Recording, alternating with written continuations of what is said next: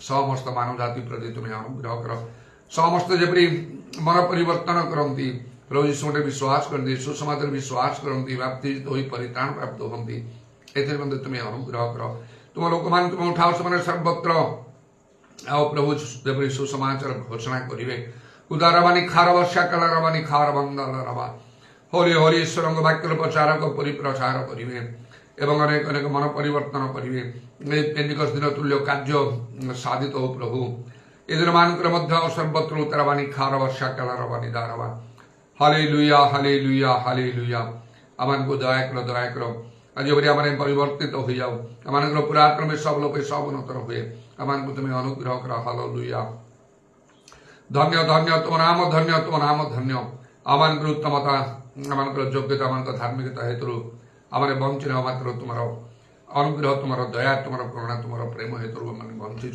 सौज स्वरूप ये दिन गुड़ा प्राप्त हो तेणु प्रभु तार सद्व्यवहार करने आम को तुम्हें अनुग्रह कर जब आम तुम ग्राह्य आम कर्म सब तुम ग्राह्य हम जीशु नाम दया कर तुम आत्मा कार्य बहुल भाव में सर्वत्र साधित हो तुम मंडली सब मंडली गुड़िकर होली होली होली होली होली होली होली धन्य जीशु धन्य जीशु धन्य जीशु तुम पवित्र नाम धन्यवाद धन्यवाद धन्यवाद तुम पवित्र पाद तले समस्त विषय समर्पण करी प्रभु जीशु नाम प्रार्थना करुच्छे